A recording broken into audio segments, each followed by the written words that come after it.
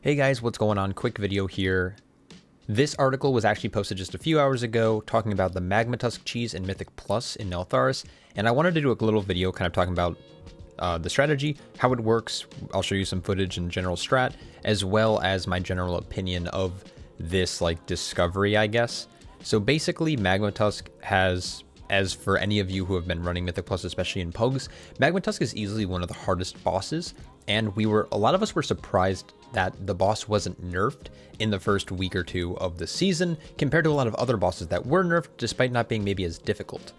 Magmatusk's main mechanic is that whenever he hits 100 energy, he mutates, basically gaining a damage increase as well as a dot extension on his main kind of group damage. So the cheese basically tries to relatively exploit that. Basically, there is a little tiny vial that is on this table right when you walk in. I'll show a better shot of it in a second.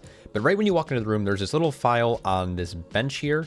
You need to make sure no one is in combat. So of course this week is Spiteful week. So wait for all the Spitefuls to drop before you pick it up. And then once someone in your group has that file, you'll pull the boss. Once you pull the boss, you'll actually use this extra action button that player gained from picking up the vial, and you'll throw it underneath the boss's feet right when he starts to cast his first lava spray cast, which is like the targeted frontal. The arrow goes over the player's head. Anyways, you'll throw it at his feet. What this does, it'll actually have Magmatusk basically have and gain 5 tentacles immediately, but his stacks will remain at 2. Now, this might sound kind of confusing, but Magmatusk gains damage based off of how many stacks he has, and he gains a stack per tentacle on his back. But because we're instantly making him go to 5 tentacles, he'll no longer gain any more during the fight.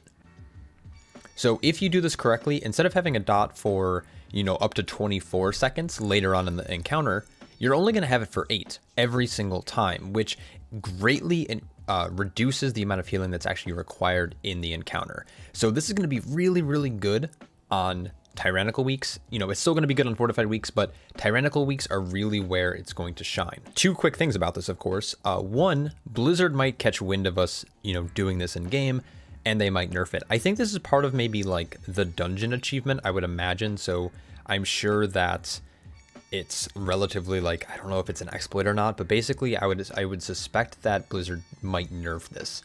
Now, if they don't, this is, I think, really cool that Blizzard intentionally didn't nerf a boss to wait for us to kind of figure out how to do it. And now that we know how to do it, it should be pretty good, I would imagine. Chances are, though, by the time you watch this video, this mechanic or strategy might get nerfed, so just be aware of that. And yeah, so the clip you're going to be seeing here is actually we did it in this was a 20, some guildies, but we had a pug healer, but the healing was so much lower than it normally is, which is actually why we actually ended up timing this key. So I hope this strategy helps, and yeah, enjoy. Good luck, and I'll catch you guys all in the next one. Peace.